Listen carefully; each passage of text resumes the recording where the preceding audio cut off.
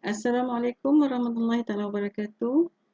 Okey, hari ini untuk kelas tingkatan 5, kita akan belajar berkaitan dengan tajuk membina kemakmuran negara 14.3 iaitu standard kandungan, dan bab 8 berkaitan dengan dasar pembangunan negara, dasar pembangunan nasional. Sebelum tu kita ada bincangkan tentang dasar ekonomi negara.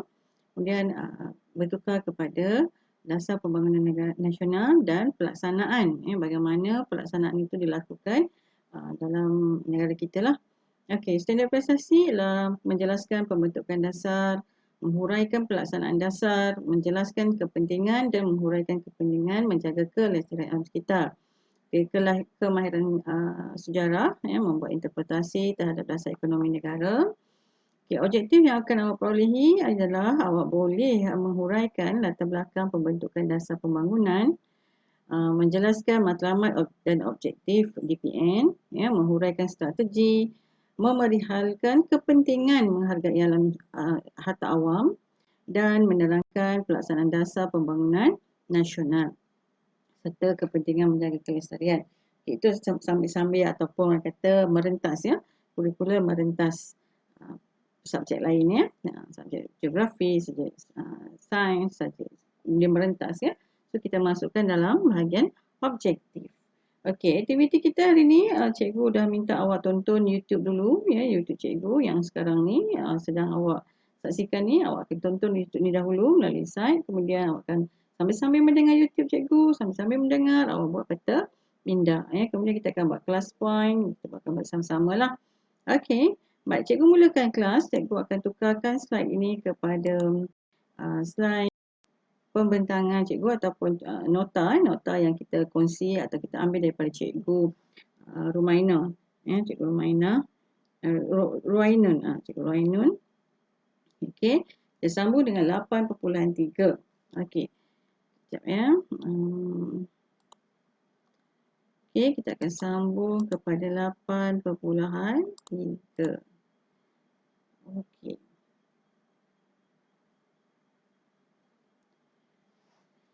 Okey, 8.3 pembentukan dasar pembangunan nasional atau kita kenali dengan singkatannya adalah DPN. DPN skala sebelum DEB. Okey. Okay, sekarang DPN. Okey, latar belakang. Latar belakang bagaimana permulaan dasar ekonomi nasional. Okey, dilancarkan oleh Tun Dr. Mahathir. Dilancarkan oleh Tun Dr. Mahathir. Warna merah lah Okey, pada 1991, nampak macam awal lah 1991. So Tun Dr. Mahathir Perdana Menteri Malaysia yang keempat. Okey, DPN merupakan kesinambungan dasar ekonomi baru. Maksudnya dulu dikenali sebagai dasar ekonomi baru, kemudian setelah 4 fasa atau 20 tahun lebih digunakan untuk menggunakan format ataupun kertas kerja dasar ekonomi baru. Dia berubah kita buat plan baru, kita tukar kepada nama dasar pembangunan nasional dan dia merupakan kesinambungan kesinambungan. Okay, dirangka 10 tahun. Ni kita betul-betul sedang membina sebuah negara So kita dirangka 10 tahun yang berakhir pada tahun 2000. Sekarang kita dah 2020 kan. Okay, melalui rancangan jangka panjang kedua RMK. Kalau kita sekarang kita dengar sebagai RMK. Okey, ni rancangan jangka panjang. Okey. Baik, rancangan pembangunan ekonomi 5 tahun. Ni 1955 dan 2000 sebab mengambil masa 10 tahun kan. Setiap RMK ialah 5 tahun. 5 tahun. Jadi ini mengambil masa selama 10 tahun. Okay, tujuannya menjadikan Malaysia sebuah negara maju berdasarkan wawasan 2020. Okey, dirangka untuk memajukan Malaysia sesuai dengan wawasan 2020. Okay, apakah objektif DPM? Apakah objektif DPM? Mewujudkan masyarakat yang bersatu. Okay, wujud tak? Wujud tak sekarang masyarakat yang bersatu? Mewujudkan masyarakat yang bersatu. Wujud kan? Okey. Tak berapa nampak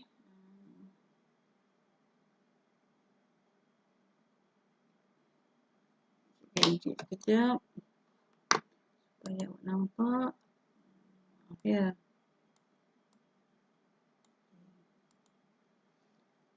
Ya, masyarakat yang bersatu dengan memperkukuhkan kestabilan sosial dan politik.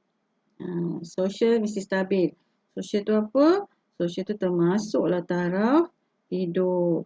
Ya, dari segi pendidikan. Sosial tu bukan hubungan kita saja, tapi semua meliputi semua perkara berkaitan dengan kehidupan harian rakyat kita.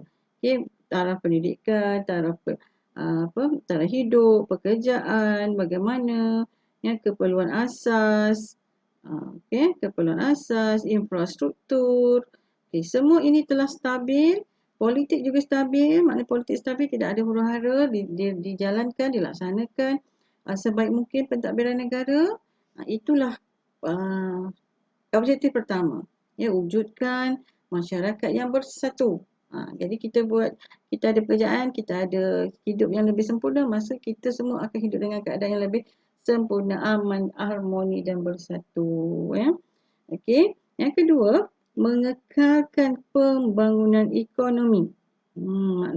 Maksudnya kita sentiasa ada perubahan. Ekonomi kita sentiasa meningkat. Ada saja bisnes-bisnes baru yang diwujudkan, ya, untuk membangunkan ekonomi negara. Kita perlu wujudkan pekerjaan, ya, supaya rakyat kita tidak ada lagi istilah menganggur. Tidak ada lagi istilah menganggur. Okey. Yang ketiga, membolehkan Malaysia mencapai taraf negara maju, ya, dalam semua aspek seperti keadilan sosial, sama ni kita bincang tentang sosial, nilai, etika dan moral, ya, kestabilan politik, kualiti hidup, kecekapan pentadbiran, kecemerlangan ekonomi. Maksudnya meliputi semua perkara. Ya, meliputi semua perkara. Kita sebuah negara maju, tetapi negara kita tidak melupakan nilai. Negara kita tidak melupakan etika. Negara kita tidak melupakan moral. Perkara itu sangat penting supaya kita dapat mengekalkan peningkatan, mengekalkan kemajuan. Okey, jadi jangan abaikan. Ya, walaupun kita sebuah negara yang maju, kita tak boleh abaikan. Contohnya adab, etika hidup kita. Bagaimana cara kita bekerja? Ambil rasuah tak? Kita ikut tepati masa tak? Kita buat sesuatu tu mengikut peraturan. Semua tu barulah kita maju. Kalau tak, kita masih lagi malas, kita masih lagi tak ikut masa, kita masih lagi ambil rasuah. Itu semua jahiliah. Semua perkara-perkara yang tak patut lagi berlaku untuk negara yang maju sekarang. Ya, semua orang sudah ada pengetahuan buruk dan baik, kan? Okey. Baik, sekarang kita tengok strategi. Apa strategi pula? Strategi DPN. Bagaimana nak laksanakan DPN ni? Tadi objektif kan? Bagaimana nak capai objektif tu? Apa kita buat? Apa langkahnya? Yang pertama dari segi ekonomi. Kita bincang dari segi ekonomi. Okay. Penglibatan aktif swasta. Kan? Pihak swasta. Penglibatan aktif pihak swasta dalam pembangunan ekonomi. Awak faham kan maksud swasta? Maksud swasta yang faham tu ialah syarikat, kan? Tapi apa dia? Maksud swasta ialah satu-satu syarikat ataupun badan itu melaksanakan aktiviti atau melaksanakan kerja mereka tanpa terikat dengan kerajaan. Ini maksudnya dari segi pekerja, mereka boleh ikut kehendak mereka. Ya, dari segi bayaran gaji, ya, gaji juga mengikut kehendak mereka, tidak terikat dengan kerajaan. Okay, gaji banyak mana mereka nak bagi, terikat, tapi tak bolehlah sesuka hati juga. Mesti mengikut sumber manusia. Bagaimana sumber manusia meletakkan gaji paling rendah berapa? 1,200. Maka mereka bermula dengan 1,200 juga. Kemudian kalau ke atas sebanyak mana, terpulang ikut mereka. Kalau macam kerajaan, dia rahatkan. Kalau tangga ni, kalau pekerja ini tangganya grade berapa, dah dihadkan. Ya. Okey. Baik, ekonomi, jadi kita libatkan secara aktif. Mesti aktifkan. Maksudnya mesti pihak swasta pun mesti melaksanakan kerja dengan baik. Mesti kita membenarkan pula berlakunya pelaburan. Ya, pelaburan-pelaburan. Ya, supaya lebih banyak lagi industri atau pihak swasta yang terlibat. Okey, yang kedua, melaksanakan program penanaman semula. Ekonomi kan. So kita tidak terkecuali atau tidak boleh melupakan hasil bumi kita.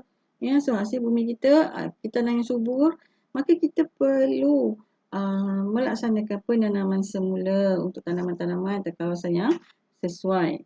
Ya, yang boleh, yang patut kita usahakan. Sebab itu hasil bumi kita kan. Okey. Yang ketiga, penggunaan sains dan teknologi. Meningkatkan kualiti dan hasil pertanian. Mesti gunakan alat sains dan teknologi supaya meningkatkan hasil pertanian. Betul lah tu ya.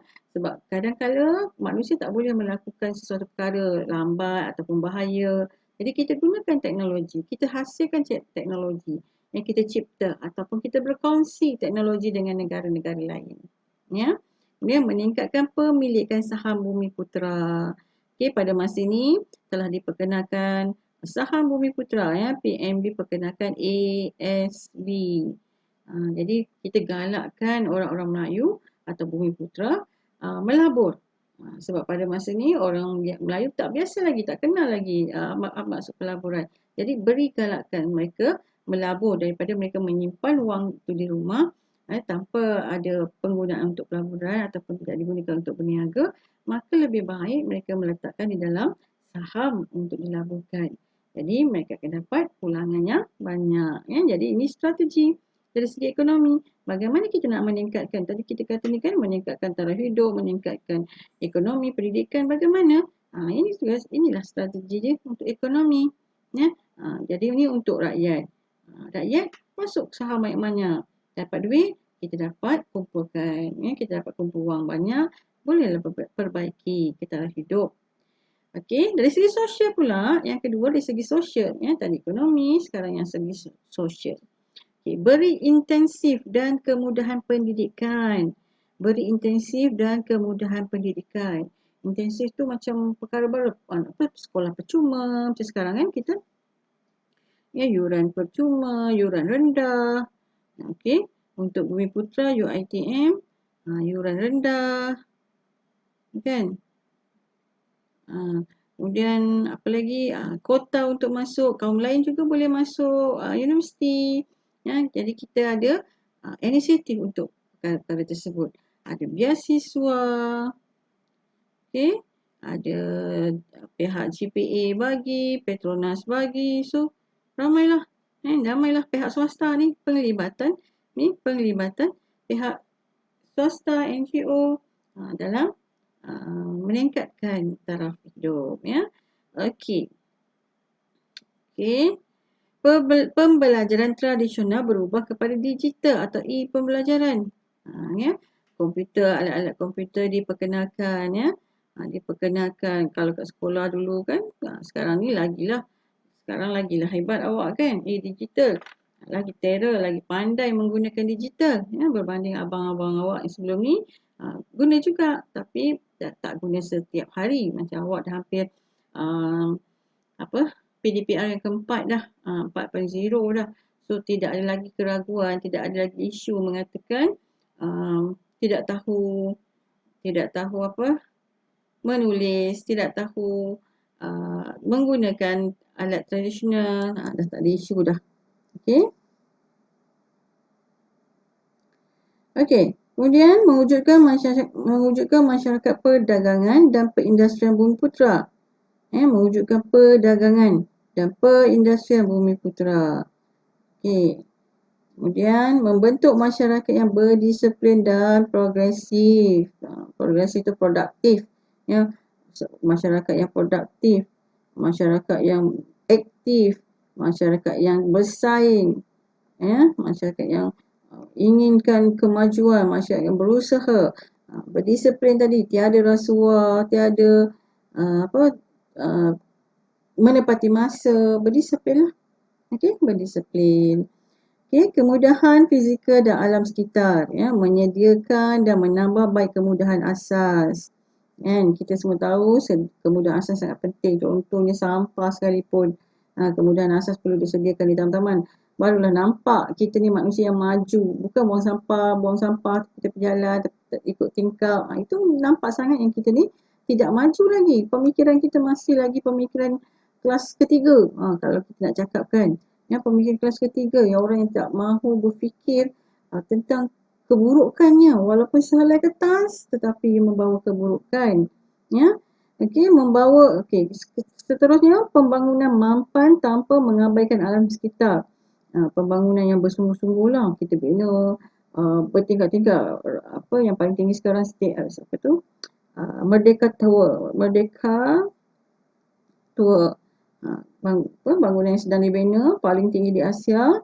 Tetapi kita tak melepaskan ciri-ciri asas alam sekitar. Alam sekitar masih terpelihara. Okey, ada juga bangunan-bangunan kita di tengah-tengah tu ada taman, ada pokok hijau, ada bumi hijau. Okey, jadi kita tak mengabaikan alam sekitar.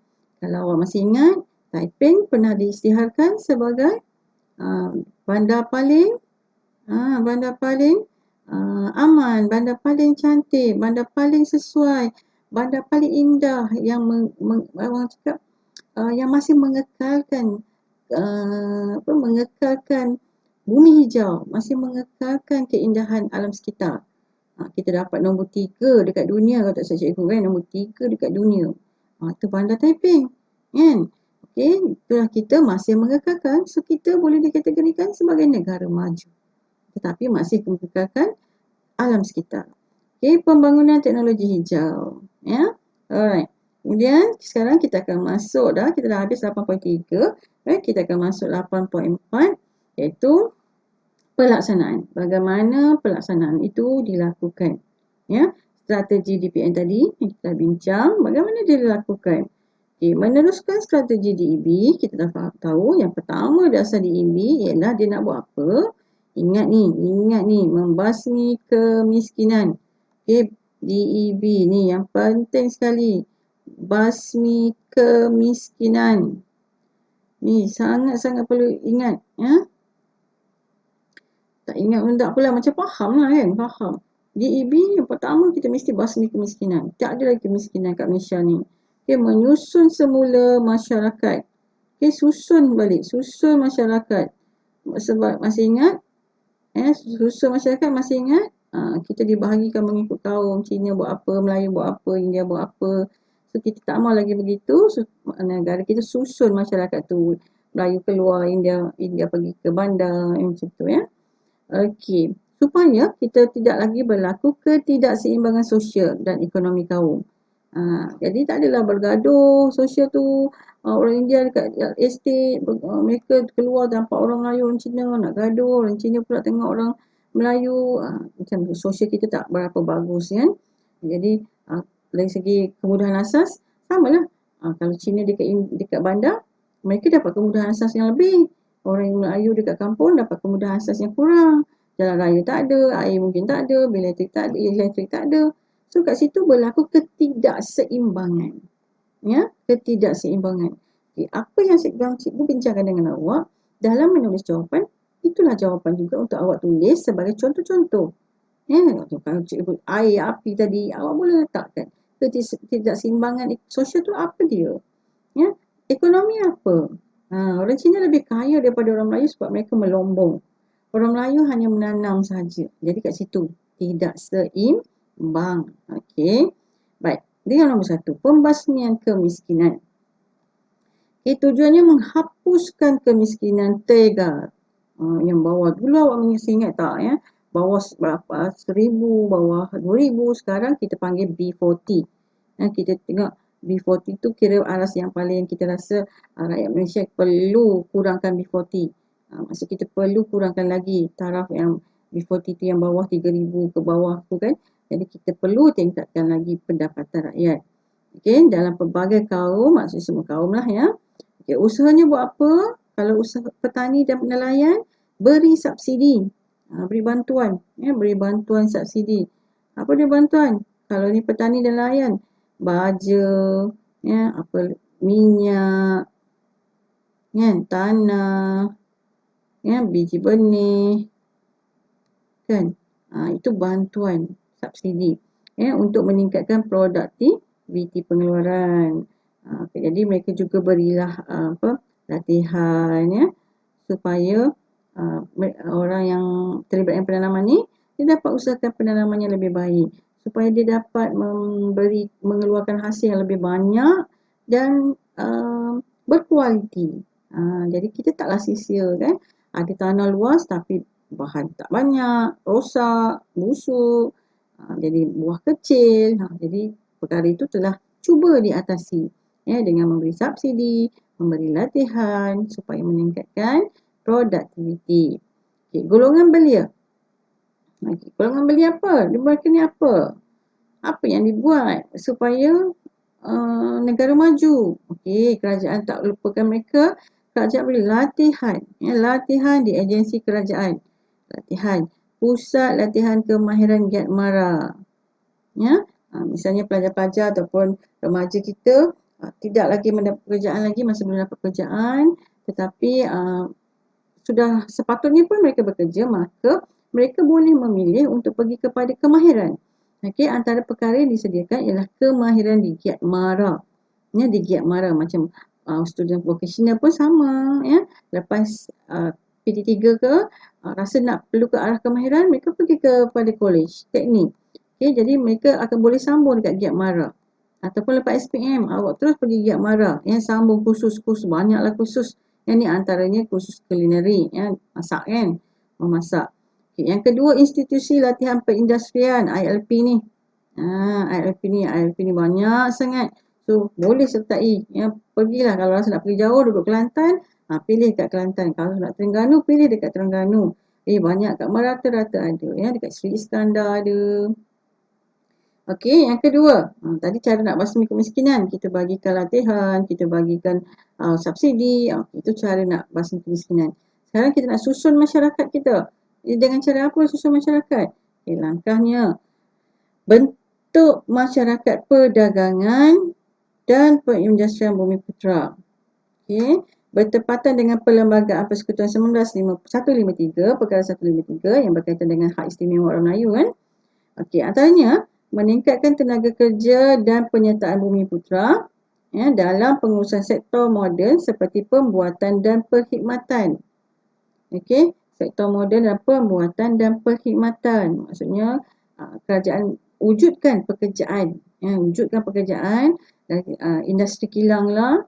Ada industri perkhidmatan macam servis lah. Servis apa yang boleh macam teksi ke. Kan, boleh. Ya, jadi itu adalah perkara yang diwujudkan.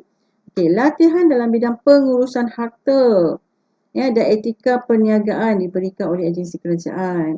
Okay. Kemudian pemberian kontrak, kuota dan lesen perniagaan Bumiputera dan syarikat usaha sama dengan bukan Bumiputera. Maksudnya orang-orang Bumiputera diberi lesen untuk buka perniagaan baru dan kerjasama dengan kaum bukan Bumiputera. Ya. Perhatian khusus diberikan kepada penyertaan Bumiputera adalah IKS. IKS apa? Industri kecil. Sederhana. Misalnya jual kerepek ke, maruku ke, coklat ke, kek ke, pasu, bunga, itu industri kecil yang kita panggil IKS kan. Kalau awak pernah agro sebut kan, tu IKS. Okey, usaha sama antara Bumiputera dengan bukan Bumiputera digalakkan untuk membolehkan syarikat Bumiputera meningkatkan prospek perniagaan ya, meningkatkan perniagaan mereka lah. Okey, bagi membolehkan Bumiputera bersaing dalam perniagaan moden, mereka akan didedahkan dengan teknologi terbaru. Bagaimana nak mereka bersaing dengan bukan Bumiputera yang lebih cepat, kaum bukan Bumiputera yang lebih cepat berniaga, yang lebih banyak kemahiran.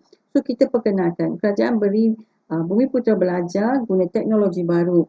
Ya, di samping kemudahan modal, bagi modal juga maklumat tentang pasaran, latihan lah bagaimana cara nak memasarkan dan hubungan perniagaan dalam pasaran antara bangsa. Okey, jadi kita perkenalkan cara bagaimana nak berhubung dengan pelabur-pelabur dari luar. Jadi kerajaan bagi latihan.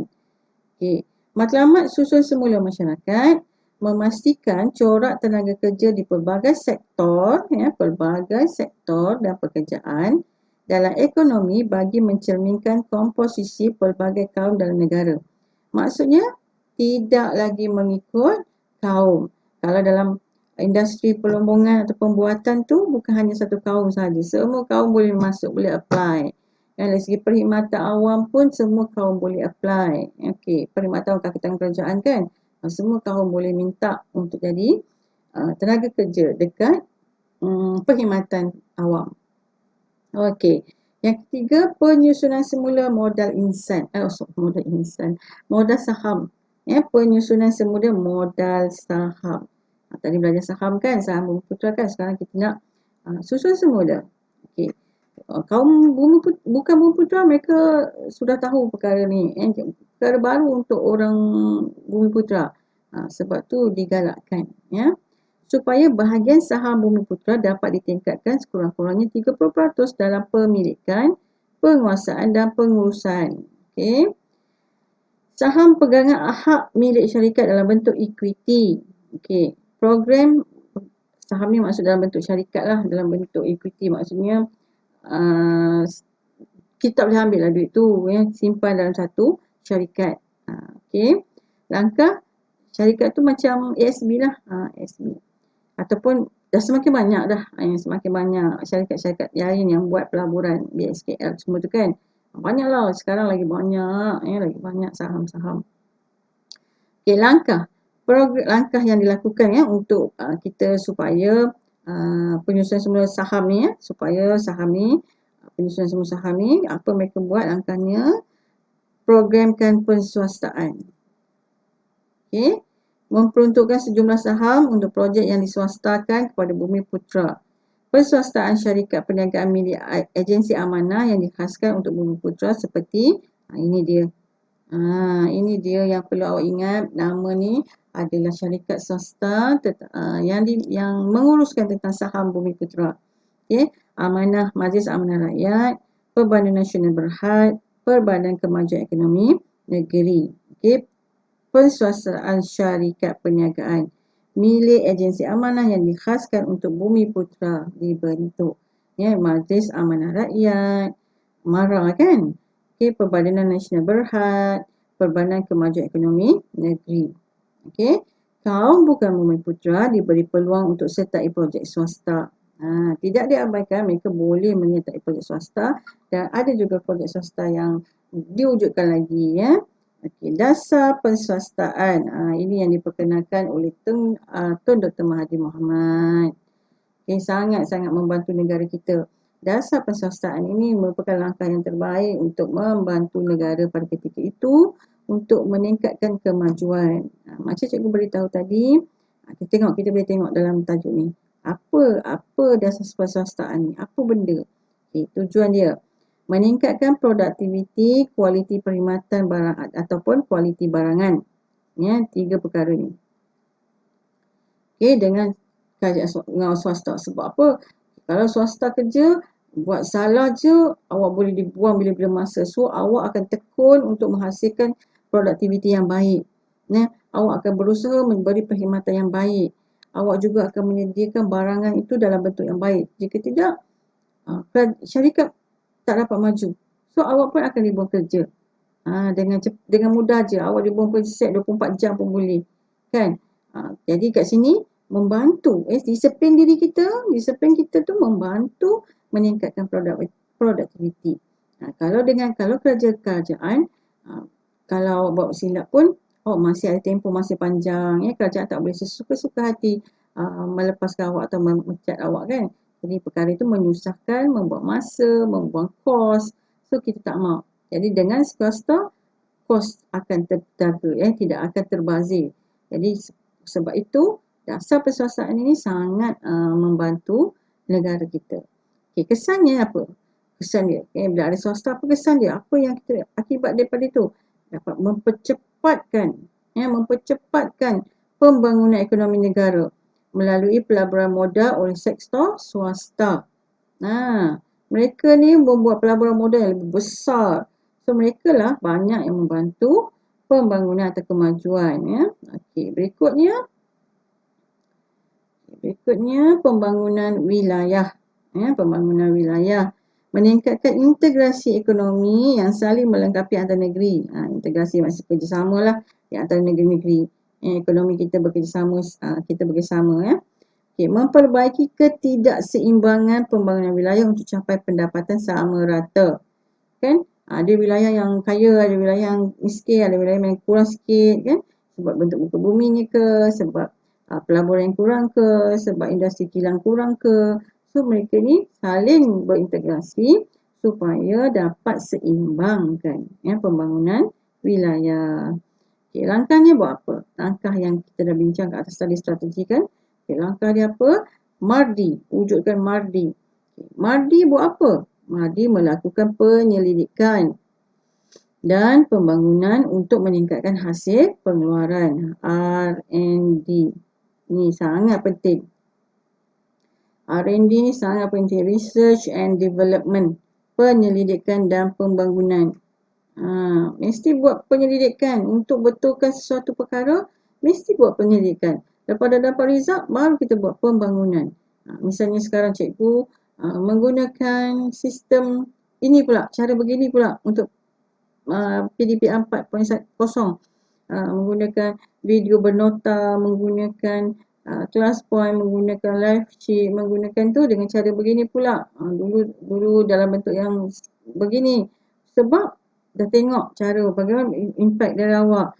Jadi kita mengharapkan kesannya pada pelajar. Apa kesan pada pelajar? Yang kita cuba bantu untuk dapatkan yang terbaik. Sebab tu kita buat pembangunan, ya. Okey, pertanian pintar. Ni semua boleh contoh untuk jawapan-jawapan awak. Pertanian pintar. Namakan dia program tu, pertanian pintar. Apa dia pintar? Apa yang dia masukkan? Iaitu menggunakan teknologi pintar, meningkatkan pengeluaran pertanian. Bila kita menggunakan teknologi tersebut, kita dapat tingkatkan pengeluaran. Contoh, tanaman padi dua kali setahun. Kita pernah dicadangkan dulu tanam padi dekat atas bumbung rumah, ke kawasan-kawasan yang agak terbiar, kan. Jadi cara penanaman tu macam mana pula? Guna mesin, terus tanam, tak macam dulu satu cucuk, kan. Guna mesin. Tak boleh guna kerbau, lambat nak bajak tanah, lambat nak gembur tanah. Kita guna mesin. Nak tuai tak lagi banting, yang kita guna mesin tuai. Jadi kita menggunakan teknologi pintar, ya. Okey. Penggunaan benih berkualiti. Benih berkualiti macam sekarang kalau tengok Musang King. Berkualiti kan. Tapi dapat tak makan? Mahal sangat kan? So biar kita boleh tanam banyak sikit supaya banyak kawasan ada Musang King, mungkin harga dia akan berkurangan. Ni mungkin harga dia sangat mahal sebab sikit, ya. Macam harum manis hanya kat Perlis sahaja. Perlis pun tak bagi kita keluarkan. Tak bagi keluarkan tanaman dia kat sini, kan. Okay, sebab dia jaga kualiti dia, hasil bumi dia. Okay. Benih brokoli bolehkan sawah padi diusahakan 4 kali setahun. Sekarang 4 kali setahun sebab benihnya tu lebih baik. Okay. Jentera moden digunakan untuk membajak, menuai dan dikendalikan alat kawalan jauh lagi. Siram pokok, bila air tak ada, pakai kapal terbang kecil, pakai drone, ya. Menggunakan drone menyembur racun dan baja. Kan. Okay. Sektor swasta, ya, dari segi sektor swasta, apa mereka buat? Apa langkahnya?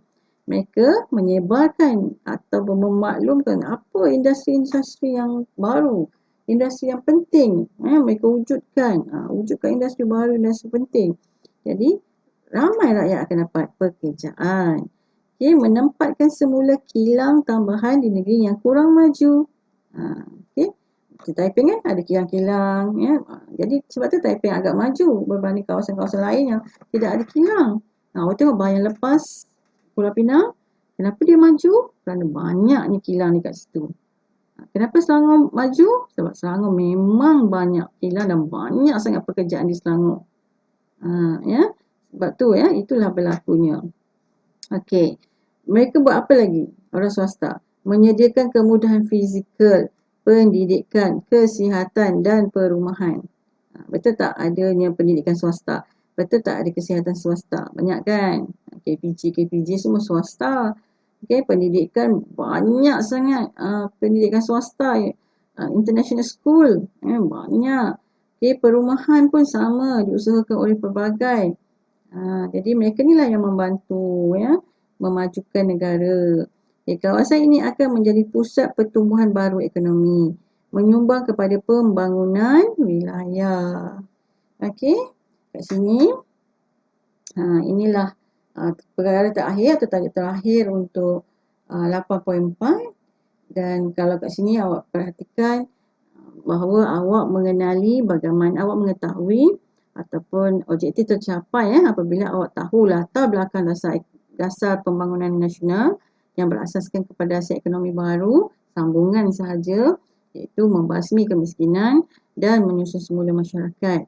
Okay, dalam tajuk 8.3, 8.4 ni awak mengetahui bagaimana cara kerajaan melaksanakan bagaimana cara membasmi kemiskinan, apa tindakan, apa langkah, apa usaha yang dibuat supaya rakyat dapat mengecapi kemajuan di samping tidak melepaskan perkara-perkara lain. Contoh tidak melupakan alam sekitar, contoh tidak melupakan nilai, masih mengekalkan nilai, masih mengekalkan etika, masih mengekalkan moral. Jadi perkara itu telah dibincangkan dalam 8.3 dan 8.4. Dari sini juga awak mengetahui bagaimana pertanian di negara kita diusahakan. Bagaimana kita nak usahakan supaya pertanian itu lebih subur, lebih baik. Mereka beri latihan, beri teknologi pintar, penanaman 4 kali setahun. Ini adalah pengetahuan-pengetahuan asas yang berkaitan dengan negara kita yang perlu diketahui oleh setiap rakyat Malaysia. Tidak ada kekecualian untuk kita terus mengetahui apakah yang dilakukan oleh kerajaan, apakah yang dilakukan oleh tokoh-tokoh masa lampau untuk menentukan yang kita berjaya menjadi sebuah negara maju. Walaupun pada asasnya kita menghala ke arah wawasan 2020, 9 cabaran yang Tun Dr. Mahathir senaraikan dalam wawasan 2020, kita agak tidak tercapai di beberapa bahagian tertentu. Tetapi usaha ke arah itu terus dipertingkatkan. Okey, awak tidak boleh menyekatnya dengan mengatakan pandemik COVID-19 telah berlaku menyebabkan kita menjadi sebuah negara yang tidak maju. Kita menjadi sebuah negara yang mundur. Okey, untuk pengetahuan, perkara itu berlaku. Perkara itu memang telah menghalang, sedikit sebanyak menghalang berlakunya pembangunan ekonomi. Tetapi kita jangan lupa negara terus berusaha untuk meningkatkannya. Malah ini merupakan satu cabaran baru yang tak disangka-sangka oleh tokoh-tokoh ataupun oleh pemimpin negara kita. Cabaran yang besar begini berlaku di tengah-tengah kehidupan kita ni. Orang kata selepas sebaik-baik sahaja kita menempuh wawasan 2020, sebaik-baik sahaja kita menempuh tahun 2020. Tetapi kita sebagai rakyat mesti ada semangat untuk berjuang. Mesti ada semangat untuk bersaing, untuk terus menentukan negara kita maju dan berada di hadapan. Okey, cikgu rasa tajuk ni 8.3, 8.4 sampai di sini saja. Okey, diharap dapat manfaat dan dapat memahamilah maklumat atau informasi yang terdapat dalam tajuk ni. Okey, dengan itu cikgu ucapkan terima kasih dan Assalamualaikum.